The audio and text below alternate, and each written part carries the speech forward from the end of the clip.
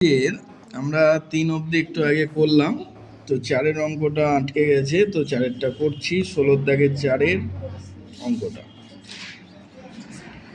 x/4 minus x/2। সন্দেহ করে যাও।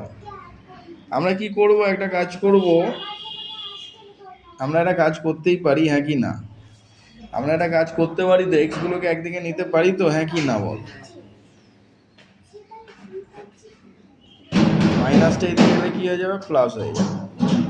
এটা যেমন আছে ফেলে রেখে দাও। এরপর আমরা নিচেরটাকে এলসিএম করব, লসাগু করব। 4, 2 আর 3-এর লসাগু কত হবে?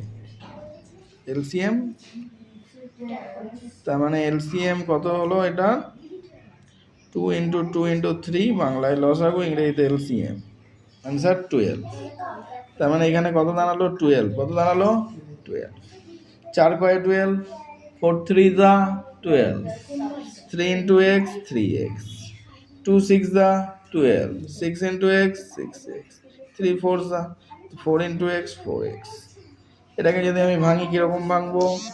3 1/2, মানে প্রথম আমার নিয়ম কি, 3 × 2 6 প্লাস 1, তাহলে 7/2। কত দাঁড়াবে? 7/2। যেমন আজ রেখে দিলাম, পরের লাইনে এখানে চলে যাবে। দেখো এখানে আমাকে প্রথমে প্লাসগুলোকে, আমরা একটা কাজ করি, প্লাসে আমি অ্যাডিশন করে নিই।